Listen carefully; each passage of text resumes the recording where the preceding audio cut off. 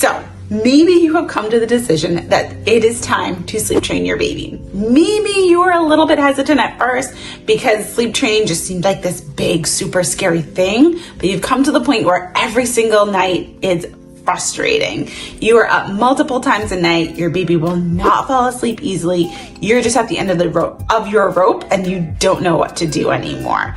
This video is for you.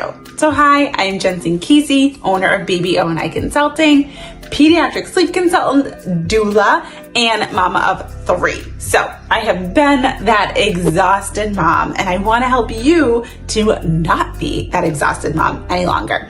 So today we're going to talk about 3 sleep training tips that you can use literally tonight to get started. So the first thing is you're going to want to pick a method of sleep training. So you might be saying sleep training is sleep training, but it's actually not. Somewhere along the line, Cry It Out became synonymous with sleep training. And they are actually not the exact same thing. Cry It Out is a method of sleep training, but that means that there are other methods of sleep training that you could look into that will could feel better for you and your family. So don't feel like your only choice is to cry it out or never sleep again. There are other methods. Personally, as a mom of 3 and a pediatric sleep consultant, I did not use Cry It Out with any of my 3 children, and they are all absolutely amazing sleepers. So know that it is possible. But the biggest thing, it doesn't really matter which method you use. There's about 4 main methods of sleep training. There's variations of them. But there's about 4 main methods.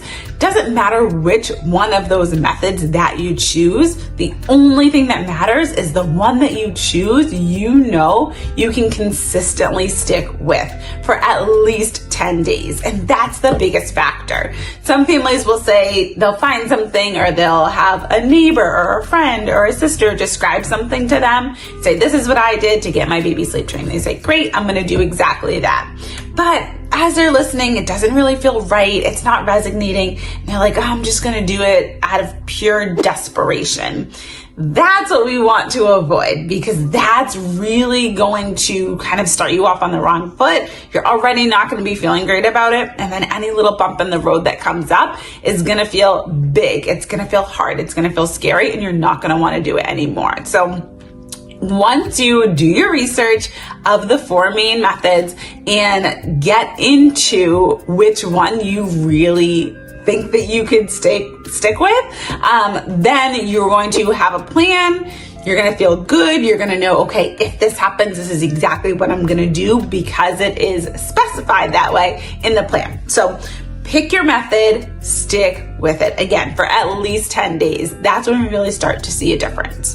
The second thing is you're gonna wanna talk to every caregiver that your child has that will be putting them down for sleep. Anybody that's gonna be responsible for sleep at any point in the week is someone you're going to wanna have on the same page as you. So this could be your spouse or another parent. It could be a grandparent that takes care of them during the day. It could be their child care provider. Maybe they are at a home daycare or a child care center.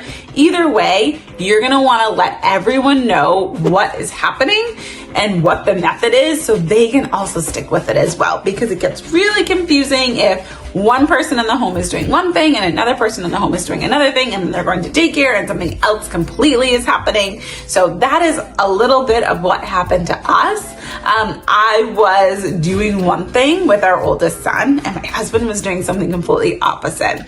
And although I was the main caregiver in doing most of the sleep training and most of the bedtimes and naps, the small amount that he was doing, that sounds bad, the amount that he was doing was different enough so that my son was confused and he really couldn't have that sense of consistency and know exactly what would happen. So don't BS. I have been there, trialed it for you. I know it doesn't work. So just make sure that everyone is on the exact same page and you are all consistently across the board doing the same thing. That method is a method for a reason. It is tried, it is true, it works. So just make sure everybody is doing that same method. And the third thing you're going to want to think about is, what does success look like for our family? So this could be different for every single person. It seems kind of like You may think watching this video, oh, of course success to us would be sleeping through the night. But what does sleeping through the night to you mean? Does it mean sleeping 11 to 12 hours a night? Does it mean sleeping 10 hours a night? Does it mean having one consistent nap in the crib that you can count on every day? Does it mean that your bedtime is later at 9 p.m. because you're not getting home and getting to spend time with your child before that? So really just stop and think, what does success mean to us? How will we know that we have achieved this goal of sleep training our child? Because XYZ is now happening. I am able to put them in their crib, walk out of their room, and they fall asleep on their own. I am now able to go into their room and wake them up in the morning instead of them waking me up. So really just stop to think about, what exactly do you want out of this experience? And then that's how you'll know how to best move forward.